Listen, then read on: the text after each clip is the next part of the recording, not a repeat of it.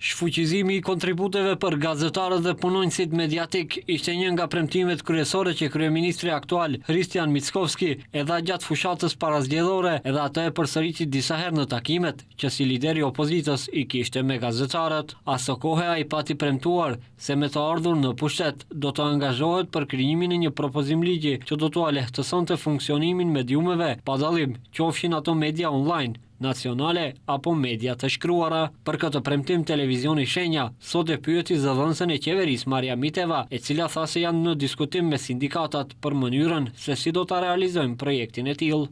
Mund të them se periudhën që ka kaluar e kemi pasur në fokusin ton si qeveri. Këtu do ju kisha rikujtuar edhe për ligjin për mediat online që e kemi ndryshuar për herë të parë. Por edhe kjo është një nga çështjet për të cilat diskutojmë me të gjitha sindikatat dhe besoj se së shpejti do të dalim me qëndrim zyrtar se si kjo do të realizohet.